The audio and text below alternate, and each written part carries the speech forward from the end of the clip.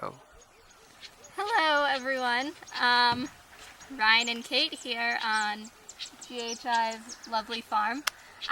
So Ryan came up with the great idea to send an email to all of you and ask if you have any questions, and we got some great responses that we will just dive right into. Yeah, and for the record, we're doing this in one take, so forgive us if we stumble at all. But the first question that was asked was about what we are growing on the farm right now. So on the farm, we have all of the crops that are being cultivated for the home garden package, which right now include avocado, orange sweet potato, chili peppers, leafy greens, which include kale, cabbage, and dodo, legumes, various market crops, and fruit trees. And the whole model with this is they're trying to promote dietary diversity and biodiversity from as many indigenous vegetables and plants as possible, just because they're better adapted to the local soil. So that's what we got going right now. The next questions were about the community lunch program that GHI runs. So the first question was, who comes for lunch? And it's a lot of people. The farm table is always full. And it's GHI staff, including us and the mamas and all the office staff. And right now, GHI is training a new group of field educators. So they're all there, and then all the farm staff is there, and also a lot of kids of farm staff, the cooks, various people. So it's a lot of people, and it's really fun, and yeah. And then what do we eat for lunch? That changes day to day, but generally it's rice or potatoes or like some peanut sauce, vegetables, dodo. What else, Ryan? Yeah, I mean they try and hit Guacamole. yeah, the major groups that they emphasize in the training. So it would be kind of hypocritical if we weren't eating well here. But food is delicious, absolutely. So next we got several questions about what we're doing on a day-to-day basis and what our kind of overarching objectives are for Grow. So for me, I am specifically the graphic design intern, and so throughout these 6 weeks I've been working on promotional materials. So I created an infographic depicting GHI's model and impact earlier in the earlier part of the internship, and now I'm moving towards the annual report, which is a really important document for supporters. It kind of gives a concise overview of GHI. Additionally, I'm working on the training materials that GHI uses during their educational and agricultural training segments, and so I'm working on the color wheel that really gives like a simplified schematic of the dietary needs that every individual needs, and then a couple other projects along the way. And specifically with the training materials, I'm consulting with professional graphic designer Mike. I can't remember his last name, but he's been really supportive, and we're doing a lot of exchange and feedback with each other, and it's really been a really cool learning experience. So yeah. And I am doing monitoring and evaluations work, and GHI's M&E program is new. Oliver, the Global Health Corps Fellow, basically started it, and he's developed it to where it is today. So he's leaving soon, and they're getting new M&E staff and new trainers. And it's also at the point where it's not a particularly usable tool. The people who, Oliver and me and Jason, sort of know about it, but most of the GHI staff isn't familiar with it. So I've been working on this big documentation program to sort of explain and hash out pretty much every element of the program that he's designed, which has been really informative because I didn't actually know that much about M&E, and now I sort of understand the purpose behind it and some of its nuances. And then this week I've been starting and will continue to work on a GIS work plan for Gardens for Health. As you know, Hannah and Anna were here last summer and made some maps for them, and GHI would like to continue to use data visualization things, but it's not really sure how to go about that, so I will be helping them move in that direction. So people are also curious about what our biggest surprises, things we didn't really expect in coming to work with GHI on the ground, and how that really has changed our perspectives about our partnership and the organization itself. So for me, what really surprised me was how impactful every single individual on the staff is. There are no more than 50 full-time people working for GHI, probably even less than that. And everyone contributes a unique skill set, unique perspective that really enhances the organization itself. As for me, the communications and graphic design element of Gardens for Health was really long neglected, and it's been really empowering to be able to actually make a difference and push GHI further in that dimension, and hopefully that momentum will continue in the future. And then also just looking at GHI's operations, everything is very decentralized. Julie is, for the most part, at the farm, but everyone is given their own responsibilities, and like I said, everyone has their own obligations that they're expected to fulfill and do it to the best of their abilities. And so yeah, I mean, it's just been very enlightening to see how the gears work at GHI and the impact that we are really having for the organization.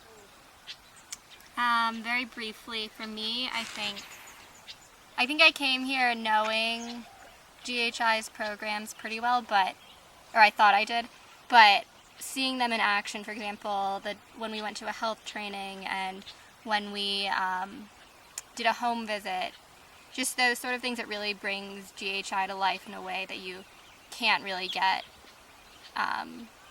if you're not here. So I guess that was more surprising, just the reality of that situation. Yeah. So next, something that's been really looming on my mind recently is how this experience has and is affecting our trajectory in our future professions and careers.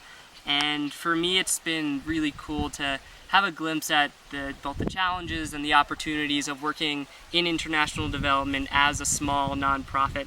And it's really given me greater resolution in how the entire health landscape works in Rwanda and in similar countries.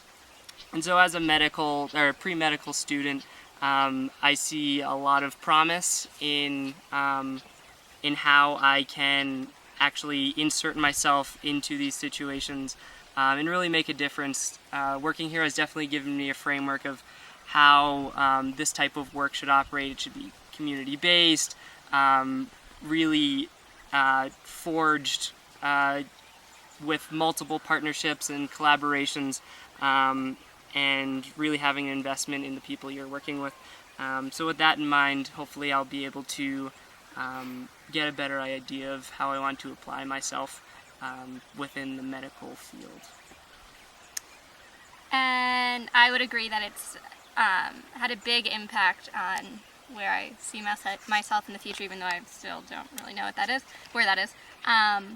But I guess something that surprised me that had a big impact on me was just how huge these problems are. I mean, we read about them in school and on our own, but seeing them, as I said about GHI, is a totally different experience.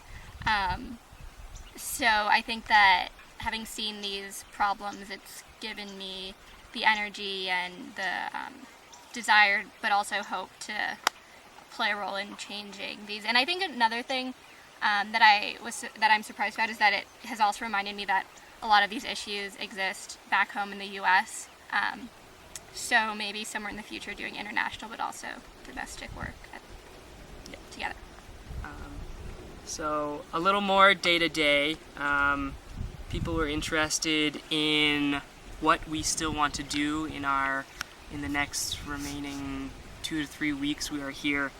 So for me, I've volunteered with an organization called Solid Africa, which operates out of Kigali's public hospitals, and I had a really cool experience. If you're interested, check out the most recent blog post I wrote.